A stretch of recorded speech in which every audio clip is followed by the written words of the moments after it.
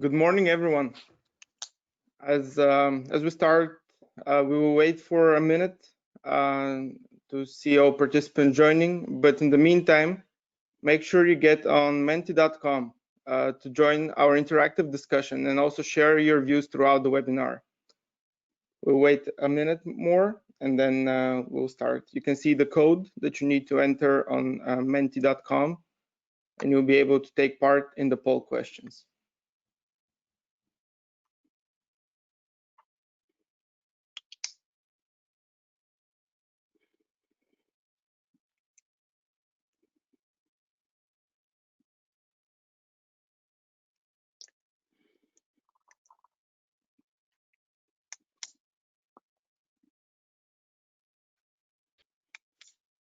All right, I suggest we kick it in. So hello everyone, good morning again, and welcome to our webinar, eVision, the story of accelerating fleet electrification. My name is Peter Georgiev. I'm the e-mobility lead at Euroelectric. For those of you who don't know us, we are the association in Brussels representing the European electricity industry. Today's webinar is part of the Euroelectric eVision series, where we want to bring together the EV fleet ecosystem in the wider context of decarbonizing and electrifying transport. Euroelectric and its member companies throughout Europe really see this topic as a catalyst to scaling up e-mobility. And that's why we've partnered with Ernst & Young. Together with them, we're developing a report on the potential to fast-track fleet electrification by showcasing the necessary capabilities for efficient EV fleet management, as well as the emerging services in this new ecosystem. We will be launching this report on the 2nd of February at a high-level event, more info about which you can find at our website. I'll do some housekeeping now. As briefly mentioned, we'll be using menti.com to pose questions to our audience today. But you can also write in questions here, as you can see on the box in the GoToWebinar app, as shown on the screen. Now, without further ado, I would like to give the floor to our partners at EY, and in particular, the EY Global Power and Utilities Lead, Serge Koll, for a welcome address. Serge, are you with us? I am indeed, Peter, and thank you very much, and good morning, everybody. Good afternoon. I hope not good night, but in any case, a big thank you for joining us, and I really look forward to a very interesting hour that we have ahead of us. We wanted to speak about electrification, and specifically fleet electrification, because as you know, if we are to meet our targets, and I'll quote the European numbers, right, we probably need to reduce the emissions by about 10% per year for the next decade, which is an incredible challenge, number one. And in there, of course, road transportation is really critical. About 21% of all of the emissions in Europe are associated with road transportation. And whilst we see, you know, at least some signs of acceleration around e-mobility, right now there's only a very small number. So there's only, 2 million electrical vehicles, if you will, on a total fleet of about 313 million across Europe, which today are electric. Now, we have indeed agreed and associated ourselves with Euroelectric to think better and deeper, if you will, about fleets, because fleets, I mean, they do represent an incredible opportunity. I mean, fleets are typically, I would say, quite predictable. There's, you know, strong procurement ahead. There's predictability, as I mentioned, around how fleets are being operated. They also do typically much more miles, if you will, higher mileage compared to standard vehicles. And, you know, there's about 60 million fleet vehicles across Europe, a number which, by the way, is set to increase to about 71 by 2030. So we feel that fleets are a really compelling and interesting opportunity. So we're doing, as Peter said, much more detailed analysis. But we decided to already have a first webinar to basically, you know, line up an incredible set of speakers for you that are all coming from the industry, from different parts, if you will, of the broader ecosystem, to give you already some early considerations around fleet electrification and the potential also to accelerate that. I'm joined, and as I mentioned, really delighted by an incredible lineup of speakers. So I'm joined by Matt Richardson, who is the Director of Electrification with Uber. We have Matthias Wiecher, who is the Global Head of E-Mobility with E.ON. We have Luca Di Grassi. So Luca is a Formula E World Champion. So incredible also, Luca, to have you, but also the United Nations Ambassador for Clean Air. We have Olivier Dubois, Director of Partnership and Development with EDF for the e-mobility division, of course. And then we also have very excited, I'm very excited to introduce also Isabel Sheldon, who is the Chief Strategy Officer with British Volt. And before we get to the panelists, I also would like to introduce my colleague, Thierry Mortier. So Thierry, also based out of Belgium, is the Global Innovation Lead for Energy, and he's also the project manager at this point in time for the work that we are doing with Eurelectric around e-mobility. And Thierry will help me moderate, but will certainly also facilitate some of the questions that we want to submit to you, the audience, of course, with the hope and the expectation to create some engagement and also get your feedback. So Thierry, on to you.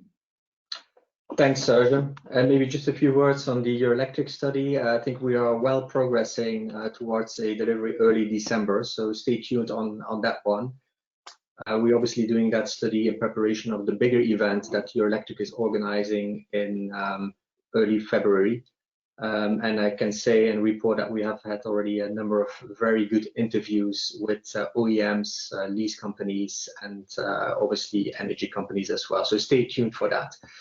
But next step is that I will introduce you to the polling. So as said earlier by Petar, we would like you to go to menti.com on your current device or on another device, your iPhones or Samsungs, whatever it is. Simply go to menti.com and type in the code 3690811. So 3690811. What we're going to do is we're simply going to ask you a few questions. There will be a bit of voting, and then we will show you the results throughout the course. So the first question is, in which industry do you operate? And yeah, we see the results coming in. It takes usually a bit of time. So yeah, I mean, that's already an interesting blend, I would say. Maybe a few more power utility companies, which is not a surprise, seeing the fact that this is a Eurelectric seminar. I would like to repeat that the voting is anonymous, so we cannot track your votes. So don't worry about any disclosure. Good, so votes are coming in. That's good. So we wait another 10 seconds, and then I suggest we move to the next question. And the next question is, what are the biggest hurdles for your fleet electrification agenda? And there you see a couple of options: unfavorable total cost of ownership, the choice of e-vehicles, public charger availability, range anxiety, fears around the battery life cycle, grid capacity constraints, and the disruption to current business models. So the votes are coming in. This will take again a few more seconds, and in the next vote we'll have obviously a bit of time to reflect on the previous speaker while the votes are coming in. So bear with me. If I look at the results, yeah, there seems to be a bit of a preference for the public charge availability, as you can see, 3.7. Cost of ownership probably still a point. So, but I do see here with the first 50 votes in that the charge availability is probably leading, which is obviously a topic that we will discuss throughout this course. I would like to let you know that we will also share some of the results of this voting like we did on our previous webinars. We will normally post that on LinkedIn, so stay tuned on that one as well. So Serge, back to you. Thank you very much, Thierry. So we will kickstart immediately with Matthew Richardson. So Matthew, thanks for joining us. If you could go on camera. So Matthew is the Director of Electrification with Uber, and Uber does not require an introduction, I believe, but I will still highlight that Uber has over 5 million drivers worldwide. and it has an aim to have all rides in North America and Europe fully electric by 2030, and in London as early as 2025, and has pledged 800 million until 2025 to help its drivers switch to EVs. So if that is not a good example of an ambitious fleet agenda, I don't know what is. But Matthew, I would be really keen to have some considerations from you, around what is really, I would say, motivating Uber to embark on its electrification journey. If you could comment on that. Thanks, Serge. Absolutely, and thanks very much for the introduction. It's a real pleasure to be here. My name is Matthew Richardson, and I lead Uber's work on electrification in Europe. And very, very pleased to have a chance to talk to you about the commitments we've made to electrify the Uber platform, some of the barriers that drivers face in moving into electric vehicles, and some of the ways that we believe that they can be overcome. So we believe that we have a responsibility to help tackle the climate crisis head on. And as Serge mentioned, we'd previously committed to be fully electric in London by 2025. Earlier this year, we published a report that we call the Spark Report, which you can access online, where we extended that commitment to be 50% electric by 2025 across 7 major European capitals: Amsterdam, Berlin, Brussels, Lisbon, London, Madrid, and Paris, as well as reporting publicly on CO2 emissions from trips on the Uber platform and expanding the sustainable options that are available. So for instance, Uber Green, where you can take a trip in a cleaner vehicle from 37 cities to about 60 by the end of 2021, as well as micromobility options and public transport options within the app. We also spent quite a bit of time in that report talking about some of the conditions that we think will help drivers to make that switch. And we really believe that partnership is what's going to make this possible. Of course, there's some things we can do alone, but there's a lot that we can't. And having the right charging infrastructure available, the right vehicles available, as well as policies which help tilt the playing field towards EVs, we believe are crucial. And so we've been working at developing partnerships with car makers, with charging companies, as well as providing insights that we think will help policymakers in terms of the environment, which is going to be most conducive to increased electrification. But at Uber, everything really does start from drivers. And when we survey drivers who use the Uber app, we do find that they are perhaps even more excited than the general population to move towards an electric vehicle. And we spend a lot of time with groups of drivers that we call the EV ambassadors in various countries, getting to know what their experience has been like in an electric vehicle. And they also work with other drivers to help them understand what it would be like if they made that switch from a combustion engine to an electric vehicle. But what we find when we talk to drivers is, for sure, everybody acknowledges the benefit is potentially much greater. Drivers on the Uber app, they may drive about 4 times as much as a typical private driver, but getting the economics to work is quite difficult. Of course, your costs as a driver may rise from a more expensive vehicle. There's also, and this is a real challenge, I think, for professional drivers, the risk that time spent charging is time off the road, it's time when you're not earning, it's potentially a fall in revenue for yourself or your business. And so drivers really tend to cite 3 main barriers. None of these, I think, will surprise anyone. I think there are some slight nuances for drivers who use the Uber app. So the first is clearly the lack of appropriate charging. The second would be the lack of more affordable and actually in particular second-hand electric vehicle models. And actually it may surprise you to know that we believe that for drivers on the Uber app in particular, there is probably a substantial majority who won't necessarily have ready access to off-street parking. So many of the typical solutions, installing a private charger in your garage or on your driveway, that's not going to work for many of the drivers who use the Uber app. And so, of course, that means a combination of rapid charging, but also slower overnight charging, perhaps provided on the street. And we look at markets like Amsterdam as an example where that's more widely available. And it's certainly something that many drivers on the Uber app take advantage of. Also, many drivers, they do buy second-hand combustion engine vehicles, often hybrid vehicles for their efficiency. But it's definitely notable that if you're considering electric vehicle, that second-hand option is most likely not available to you, at least at the kind of ranges which you'll be looking for if you're a professional driver who drives all day. And so, we think it's important when people make TCO cost comparisons that they acknowledge that those second-hand options in the electric vehicle market are not necessarily available today, and that real change will certainly happen when there's a real kind of like-for-like opportunity to substitute a second-hand hybrid vehicle for a second-hand electric vehicle. And then finally, of course, financial incentives and government policies play a key role, but in many cases, they're not quite sufficient yet to close the cost gap that drivers face. And on the charging side in particular, there is a real impact to this time spent charging. So if you have a vehicle which allows you to go a whole day on a single charge, but you do rely on rapid charging, you may still spend about 20% of your day when you could be earning money on charging, finding a charger. And so, while you may be able to combine this with breaks, you may not be able to. Charging might not be in the right places, or you may have intended to do something else in your break time, see a friend or run some errands. And so the location just isn't conducive to what you would have wanted to spend your time on. And in particular, if we look at, we look in quite some detail at cities, like London in particular, but we've sort of published a map in the report, but other cities as well. If we look at where charging is today, particularly the kind of slower overnight charging that would allow drivers to, to not have to suffer that opportunity cost, we find that there's often quite a big mismatch between where those chargers are and where drivers live or where they keep their car overnight.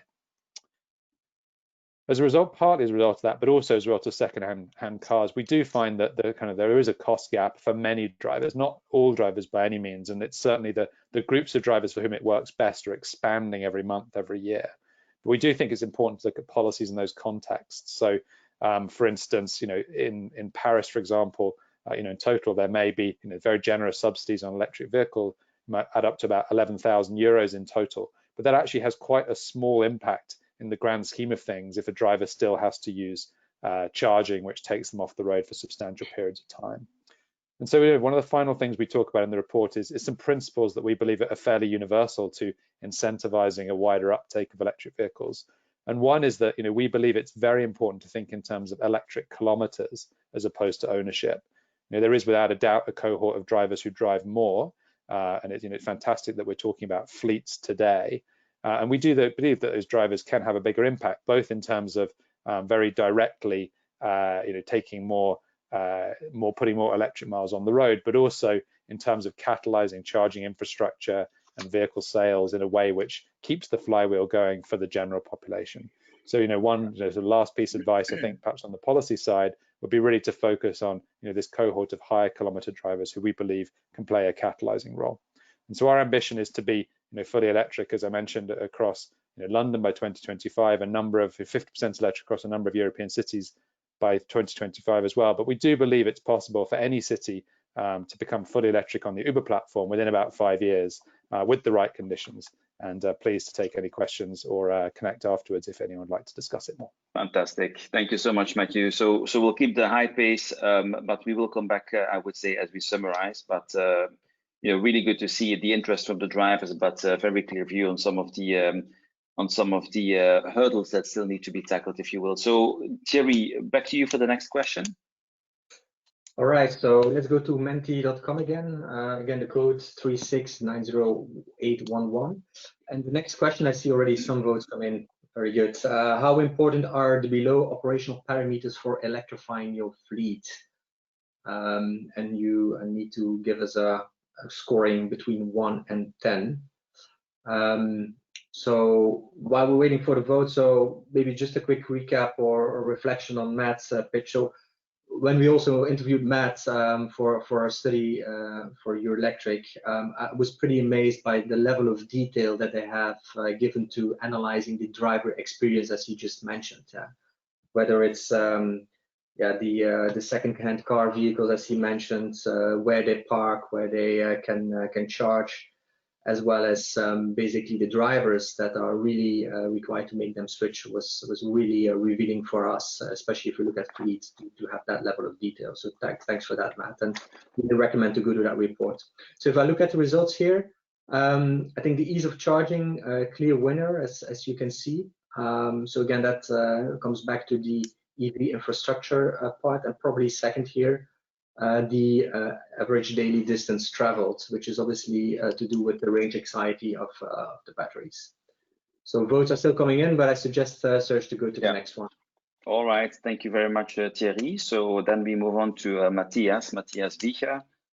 So Matthias, welcome, and once again, thank you for joining. So Matthias is the global head of e-mobility with E.ON. So E.ON obviously does not require an introduction. is a household name in many regards and a leader, I think, in the field as well. But so E.ON Drive, which Matthias is leading, is the international e-mobility solution provider that offers a number of elements like intelligent hardware, software, and integrated e-mobility and energy solutions for private business as well as municipal consumers. With that, Matthias, on to you. Thank you, Serge, for the introduction, and thank you for having me and giving the opportunity to talk to you. So good day from my side. Matthias Wiecher, as Serge said, I'm responsible at E.ON for our electric mobility activities across markets. And sort of in the context of what role do utilities play or need to play in sort of helping the transition to electric mobility, and then with that also electric fleets, I think one can structure around three main pillars: green power, a connection to grids, and then providing solutions for the then sort of emerging problem of charging, which was already mentioned, the 2 Mentimeters earlier, that this is one of the key hurdles to overcome. And then sort of going those one by one, so the green power often sort of seems to be like, yeah, of course, we need green energy, but I think it's important whenever we talk about electrification of transport, that it is essential and a necessary requirement and condition for this to actually at least deliver against one objective of decarbonizing transport, that it does need to rely on green energy. And the role that utilities here are playing, obviously, green energy needs to be generated, and it needs to be made available at the right volumes and the right time at the point of use, which sort of, given the nature of renewable energies, and this is not anything new to anyone here in the call, I guess, right, that is sort of a challenge in itself, given sort of the sort of unpredictable nature of the majority of renewable energy sources. This requires generation, transport, as well as storage, which we're going to hear later about anyway. But this is sort of one key challenge that needs to be met, and this green energy needs to be made available. So ultimately, to then from that talk about all the other challenges that we need to sort of face and solve for electrification of fleets.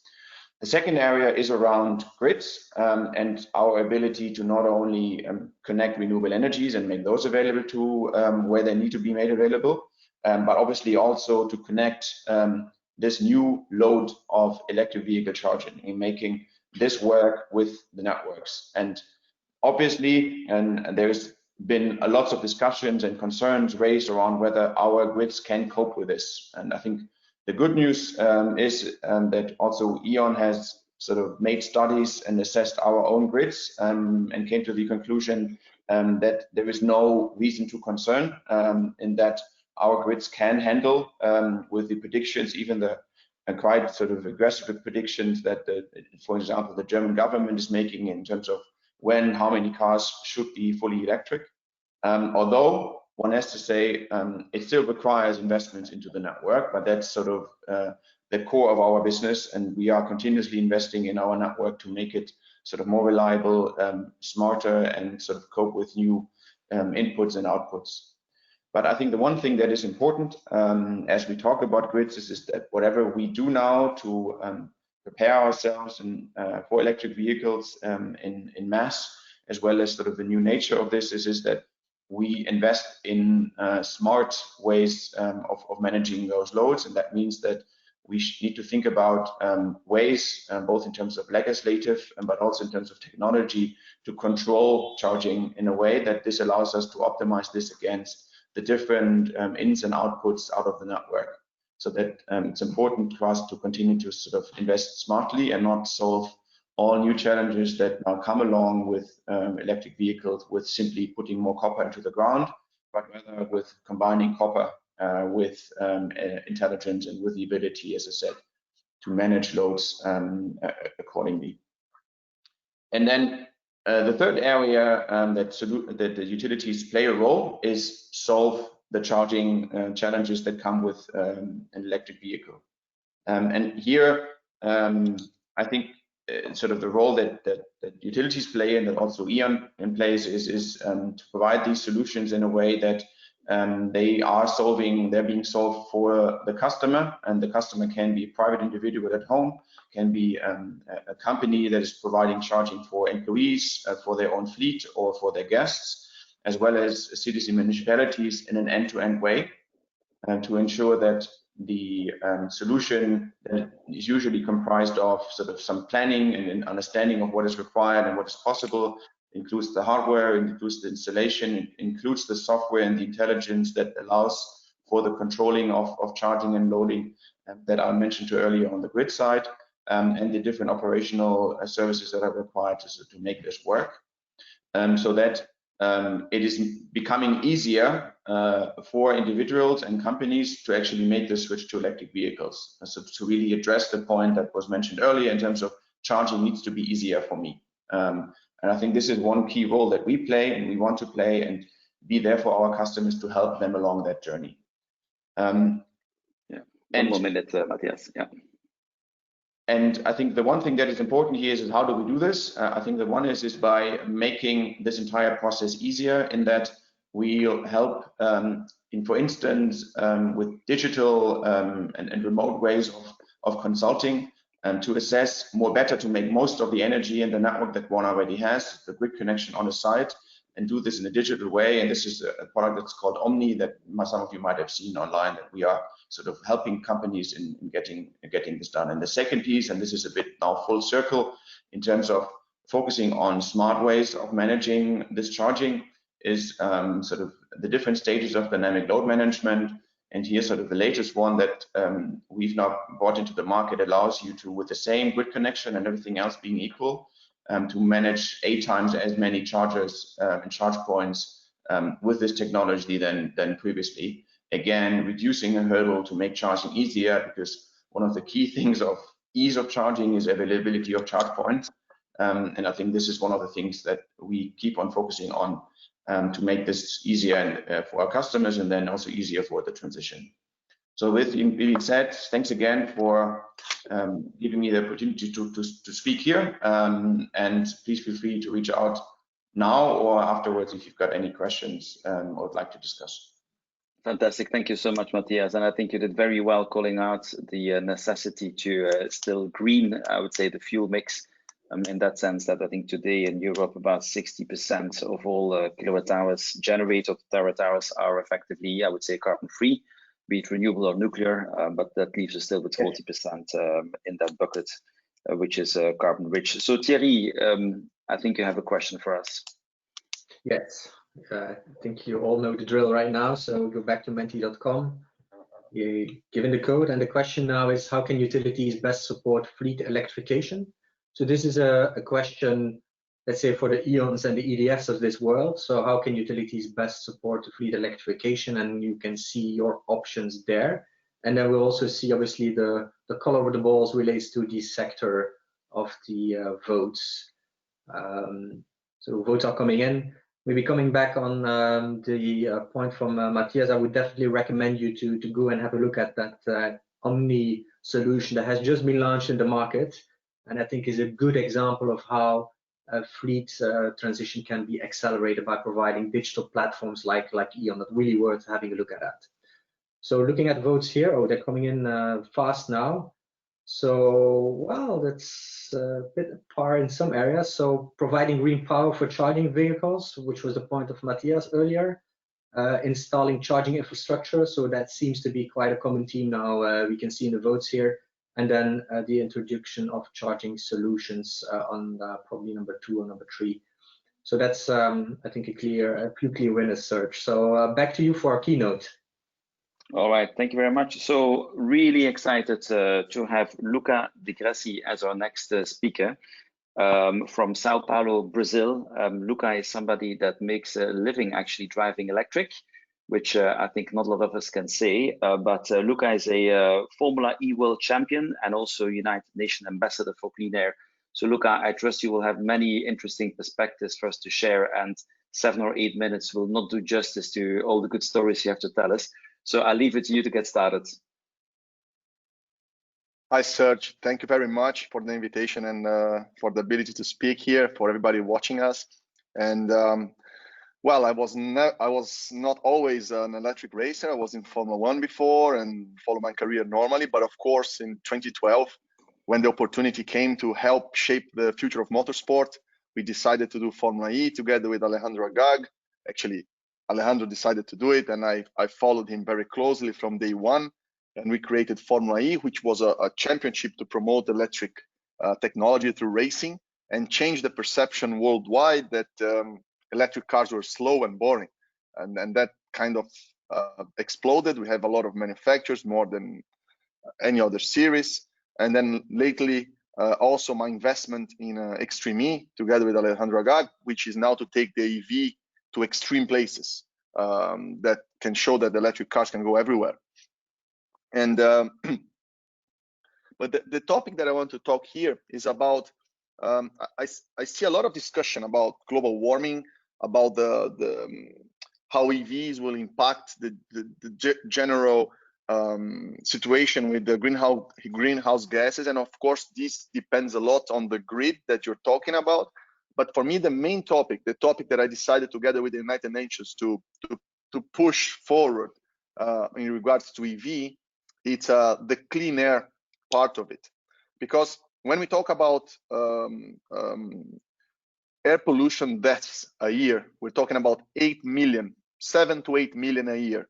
So if you think about with the Corona pandemic, we had 1.2 million deaths. This year, we're talking about 5 times this, but 3 times this only on outdoor air pollution, which is directly related to vehicles in dense polluted cities.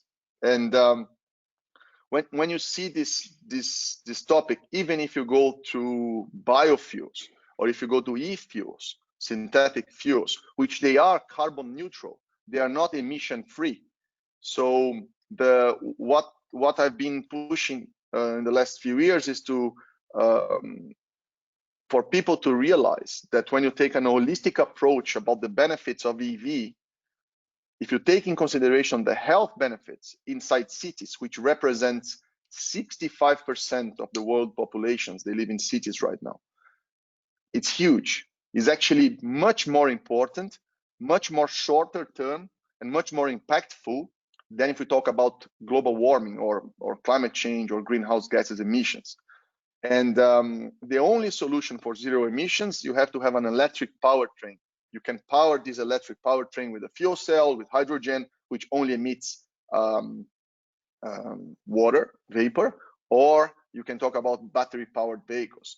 And this has a huge effect on the overall health of the general public. And it's much easier to sell the idea of EV, and it's much, I would say, much fairer to compare that when you're looking at subsidies and implementation in cities, when you have this approach, looking at the total benefit of a fleet of EV. So I have spent the last 8 years of my career really focusing on electric mobility. So among other investments, I also invested in a company called Arrival, which is is a British company, which is looking to do exactly this change for EV in the logistics part of the chain, which I think is underestimated the amount of. Well, I'm from São Paulo. I'm in Brazil right now, and definitely is underestimated that the main pollution that we have here in São Paulo is coming from trucks, and it's coming from vans, and it's coming from commercial vehicles, and not necessarily the vehicles on the road. The new vehicles, they have a very strict policy on the emissions. So of course they generate some pollution, but it's very it's actually negligible compared to the logistics. So I invested in Arrival. I'm a big fan of electric micro mobility, so last mile delivery, and I'm doing exactly what I did with Formula E. I'm doing this year with a worldwide electric scooter championship to promote a super fast electric scooter championship that we are doing to promote again the technology and the development of the perception of people towards the electric scooter in terms of safety, infrastructure, and everything else. And so I've been pushing a lot on the electric mobilities, where especially towards racing, because racing has the increased appealing effect of the younger generation, because it's exciting, because it's extreme, because it's fun, to have this to change the perception. And when people buy their first electric car, and when people start using their electric fleet, of course, all the metrics that are needed, the total cost of ownership, the charge infrastructure, and everything needs, of course, to be aligned, or at least close to or similar to the combustion engine, so it's massively adopted. But the perception and the younger generation push is very important, and racing is a great platform to do that. And for myself, the first time I drove an electric car coming from the combustion engine, I was so impressed with the instant torque and the controllability of a race car when you have an electric motor, that I never wanted to drive anything else. Of course, we still need a way to go with batteries. Not all motorsport series, they can go electric. For example, there are no technology at the moment available if you want to do a Formula 1 electric car, or if you want to do a 747 transatlantic flight fully electric. The technology is just not there because of batteries. But the controllability, the way you have to drive the car, the feeling you have when you drive an EV, regardless if it's on the road or in a racetrack, it's very, very hard to go back to combustion. So I feel very lucky that I've been involved in this transition during my lifetime as a racing driver. I went to fully combustion, to hybrid cars, to fully electric, and we are using this as a platform to promote, to change and to push the perception of people regarding the future of electric mobility. Very good. Thank you so much, Luca. So, you know, I think it was really good for us that you reminded us, in any case, I think also of the notion of clean air and not just CO2 emissions. I think that was, a very clear takeaway. And I think also the fact that, you know, the contribution that you've been doing also with advanced motorsports in winning the hearts and not just the minds, but also providing a platform for, you know, really incredible innovation. Because I think people forget that when you got started on Formula E, I think you were allowed to basically change car mid-race is what I remember, whereas now you do the same race with one car. So just I think exactly, as an the evolution of the battery. So as an expression of innovation, but battery and the battery management, I think is just incredible. So a big thank you. There's probably more you could speak about, but a big thank you once again for joining us. So we will move on to the next speaker, and so that is Olivier Dubois. So Olivier is, I think, Thierry, we first have a question perhaps or not? No, it's first Olivier, I'm sorry. So Olivier is with EDF, and EDF, again, same as E.ON, absolutely does not require an introduction, Olivier, so really delighted you could join us. So you lead the partnerships and the development of the e-mobility division with the EDF Group, but EDF, I mean, other than one of the leading utilities in the world, also joined the EV100 pledge to electrify its fleet, and is making, you know, all sorts of investments, of course, including the acquisition of PodPoint not too long ago, which is a British charging firm. So also really keen, Olivier, to get some of your perspectives around how you approach fleet transition, but also keen to hear any suggestions or lessons learned into your journey. Thanks, Serge, for the introduction and for the invitation. It's a real pleasure for me this morning to talk to you about EDF strategy on electric mobility. To begin with, I would like just to explain shortly why EDF has been working and supporting electrical vehicles for a very long time. In fact, there are three main reasons. First, because society has been changing. I think you said that 20% of gas emission in Europe come from the transport sector. And a large majority of people consider they are living in a climate change, and most people think that they will use soon an EV. Second reason, politicians strongly support e-mobility. We can mention, for example, that Europe has set targets on CO2 reduction and especially targets for car makers, or that large cities like London or Paris are also setting regulation that will oblige us to drive an EV in their cities. And the third reason of EDF support is that these changes are in line with EDF strategy that is focused on low carbon. For all these reasons, our CEO decided 2 years ago to launch a strategic plan on electric mobility. So what is EDF e-mobility plan? The ambition is to become the leading energy company by 2022 in Europe in this sector. And we will focus on 4 countries, France, UK, Italy, and Belgium. It's where EDF has most of its customers. And we will focus on 3 main objectives. First objective, not surprised, to be the leading supplier of electricity, low carbon electricity for EV drivers. Second objective will be to be the largest charging point operator. And last but not least, is to become the leader on smart charging, a long-term but strategic objective for the EDF group.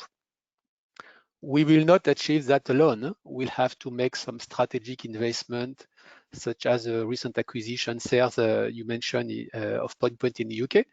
But we also will have to work with partners. I think that Matt from eVision mentioned it. We are convinced that development of EV will be possible and in line with European targets only if players from different sectors do partner. We have started several partnerships with historical players such as car makers or leasing company. But we have also started partnership with more recent players on mobility, such as Zenpark, that is parking sharing, or Uber in France very recently.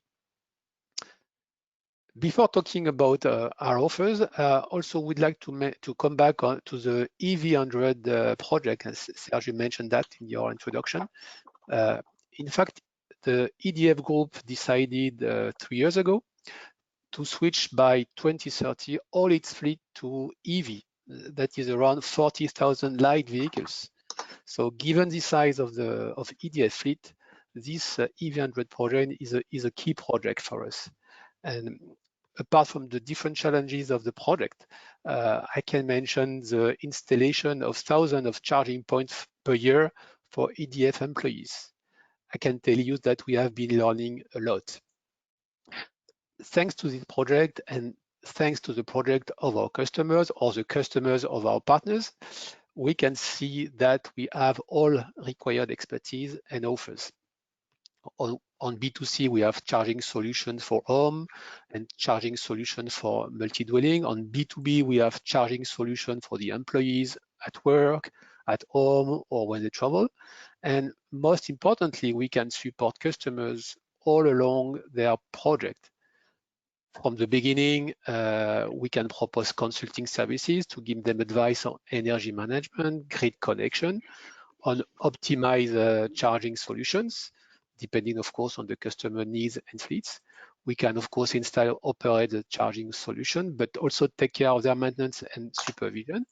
And last but not least, we deliver smart charging solutions, especially with Drive, that is our new company created 2 years ago. What we have already learned is that it is still difficult and complex to manage the B2B2C segment. It's a new segment for all of us, for most of us at least, in the utility sector. In fact, we have to manage the charging solution for the employees of our B2B customers. It means manage the installation of the charger at home, when they drive, when they are in the public space, and also we have to manage for them the split of the bill for their professional expenses. The most difficult part is the customer experience all over the electrification journey to EV, because it will be a long journey for most companies, and because there are plenty of players. There are consulting companies proposing advice on the best way to switch to EV. There are car makers and leasing companies that try to sell the car but don't have all the technical expertise to sell a global offer. And there are, of course, energy companies, utilities that have to manage energy and grid. And of course, and at the end, and we have plenty new services companies that propose new mobility solutions. We can mention, for example, car sharing. Customers will have to deal with all these players, and these players will have to cooperate to make it easier for customers. Partnerships will be key, and that will be my conclusion. We'll have to develop efficient partnerships. Thanks for your attention. Fantastic, Olivier. So I think that's a very clear message, and I think a good one too. To really see how you emphasized your own experience, transposing that onto your own customers after that, but also putting the customer experience and also the partnerships at the heart, I think, of the journey. I think is a really strong and a very valid message. Thierry, I think you have another question for us.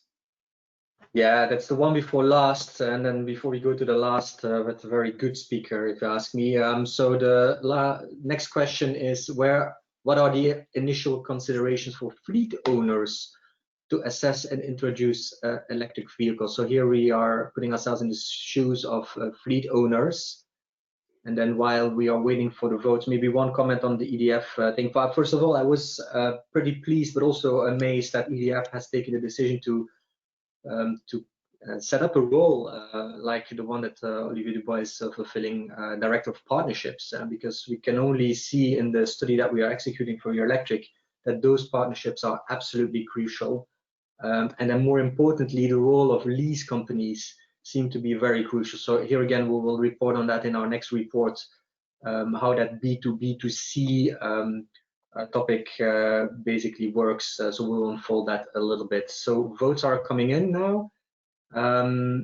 So if I look at the results here, I understand cost implications. So TCO for sure, it seems to be a big topic. Then the assessment of infrastructure requirements, again, that's the infrastructure part. And we talked about Omni from E.ON, who is a solution that provides relief there. And then maybe the last one to call out is understand the impact on operations, which is definitely an important topic. How can fleet impact business processes of your fleet owner? So keen to see that one as well. So up to the next one, Serge, and the last one, I guess. Indeed, and certainly last but not least, Isabel. Thanks for joining us. So we have Isabel Sheldon, who is the Chief Strategy Officer with British Volt. British Volt is probably one of the newer, I call it technology companies, Isabel, that is highly ambitious, building out or making massive investments in building out battery capacity. I think the plan is there to build a 30 gigawatt hour battery gigafactory in the UK. So that's going to be 2.6 billion pound, not euros, investment. So massive amount of money and all renewable powered.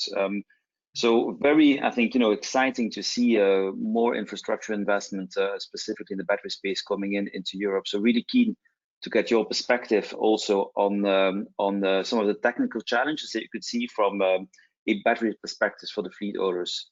So the floor is yours.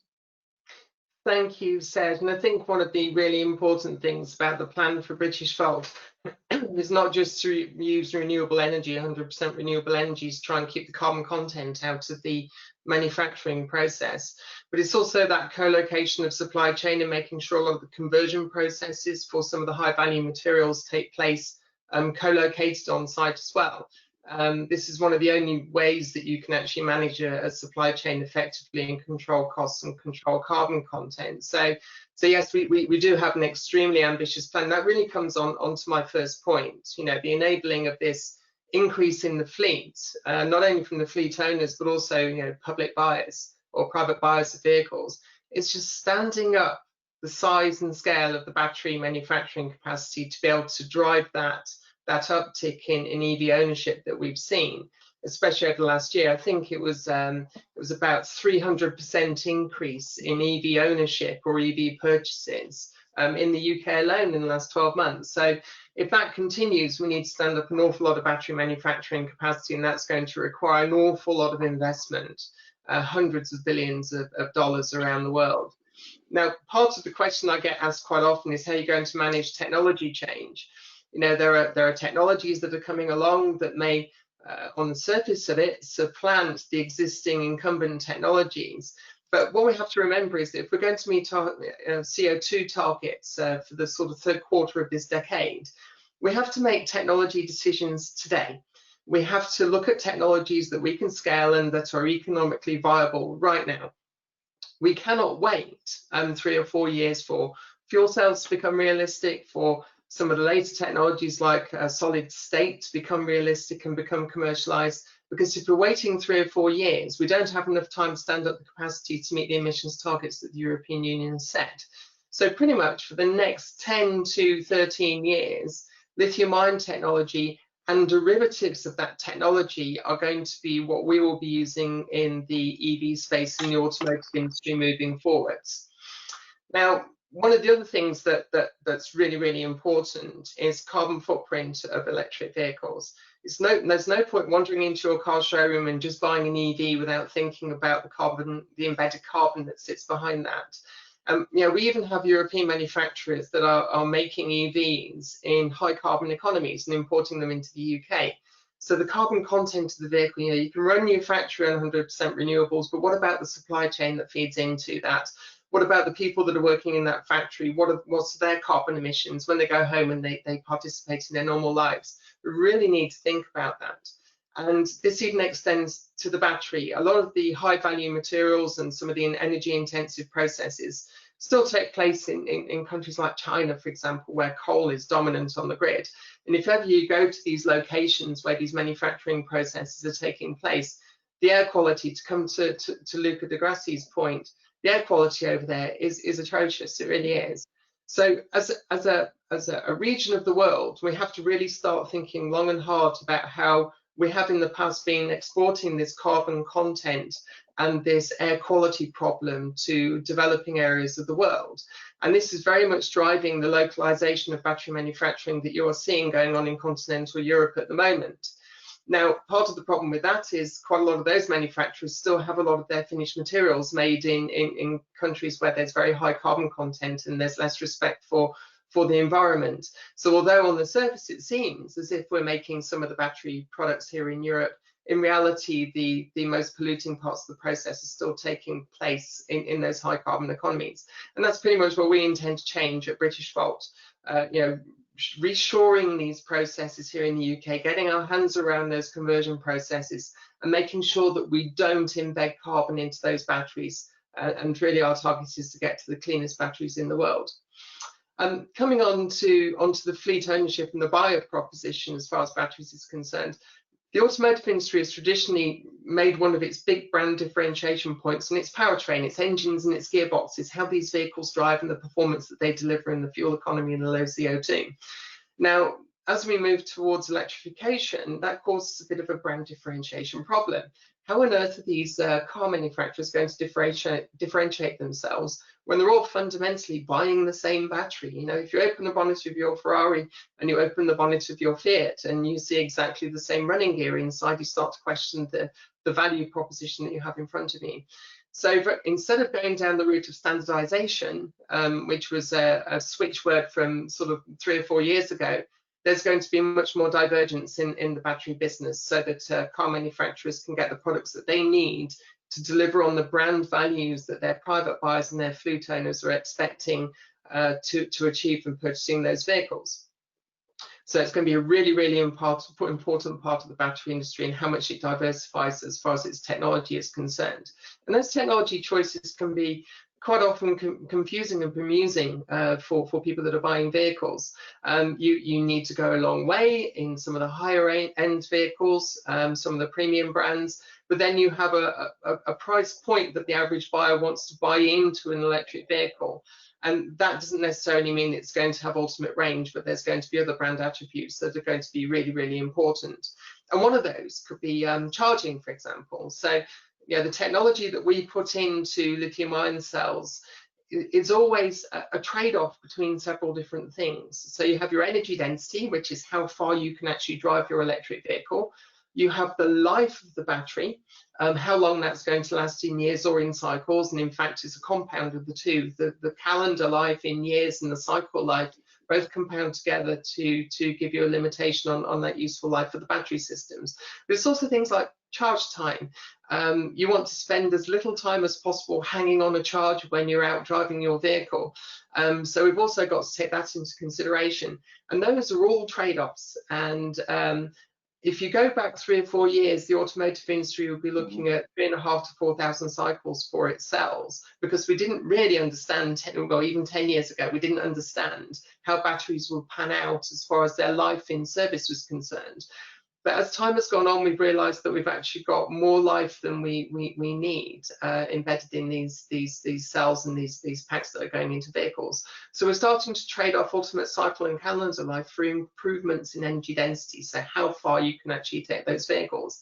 And then if you add fast charging in, you're starting to increase the mechanisms of degradation in those battery packs and starting to shorten their life again. So all of these things need to be carefully considered. And passenger cars spend 80% of their time sitting there doing nothing, but some of the heavy duty markets like bus and truck, for example, spend 80% of their time actually doing something. So life cycles becomes really, really important, and we see a divergence in those industries as time goes on. I think the final thing I'd like to say is that, and this is very much going back to Olivia's point, is that collaboration is key. We all need to work together. There is no one silver bullet in the battery industry that will answer all the problems and all the technical challenges that we have in front of us.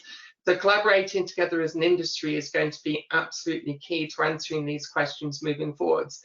And if we're collaborating and taking care of that carbon content too, then we can truly have a green solution for transportation issues moving forwards. So I think that's probably all I'd like to say within my 10 minutes. No, excellent, Isabel. So thank you so much. And I think you made a very strong and compelling case, I think, for bringing back a lot of the manufacturing, into Europe, with a very interesting and exciting perspective as well, in terms of where the industry is going and differentiation you're going to be creating. So we are approaching the end of the webinar. So I will certainly, before I hand over to Thierry for the closing question and closing comments, I certainly would like to thank all of the speakers for some really compelling and interesting insights, and certainly for, I would say, being pretty much bang on time. So with that, Thierry, on to you. Thanks, Serge. So final question, and I see people already started casting their votes. So when do you expect your company's fleet to be 100% electrified? And you can see different answers on that. At the moment, we are at 2027.8, so that's almost 2028 indeed. While we're waiting for the results here, just a few final reflections on the session today. I thought the driver and fleet experience came across well. I think that was clear, obviously, in the speech from Uber, but also in Luca's explanation, how emotion also can play an important role. The importance of the readiness of the grid, clearly a topic in the votes, but obviously in what Matthias has told us from an E.ON point of view. I take away the point of the pollution of commercial vehicles, which Lucas mentioned, and obviously the impact on cities and urban areas as a critical element. Partnerships and collaboration came across in EDF and also in Isabel's talk. And then last but not least, also the importance of technology in all of this and how that evolves. And I probably finish with the words of Isabel. They say, don't wait. Yeah, so time is now and it's just happening. So it seems like we've landed somewhere around 2028 now, which is a bit later than I expected, but it's okay. With that, I will open up the last question. But still in advance of any current forecasts, if you look at all of the projections. So if that number would be achieved, we would be in a really good place. Yeah. That's true. That's true. Absolutely. I will open up the last question. We won't show you the results, or at least not in full. So we just would like to know how you would think about this session and how we can improve. So please cast your vote so we can improve on the next session. So with that, time for wrap up. Yeah, I'm back to Peter for the final comments. Peter? Yes, thank you both for moderating the discussion. I found it personally quite interesting, and I hope many of you that are still online did as well. Just wanted to mention a couple of things as a wrap up. One thing is quite interesting right now is Europe is constructing its smart and sustainable mobility strategy and is revising a lot of its laws going to next year. It seems to us that fleets are definitely key. So if you and your company would like to actually join the eVision initiative, you can actually reach out to me, and I'd be happy to facilitate the discussion because actually eVision is going strong, and the next step on our journey is the release of the detailed report, the industry report that was referred to a couple of times here, which would happen on the 2nd of February. This would be also the date of our flagship event. So I urge you to register. You can check the link on the website and hear what industry trailblazers and thought leaders have in mind for electrifying fleets. We have an outstanding program of speakers and panelists, including the European Commissioner for Transport, Dina Valian. We have the MEP, which was instrumental in the construction of the CO2 standards, Miriam Daly, and a few other high-level speakers, including members of the Board of Management of OEMs and others. So with that being said, I'd like to thank you again for spending the last hour with us. And I wish you all the best. Thank you.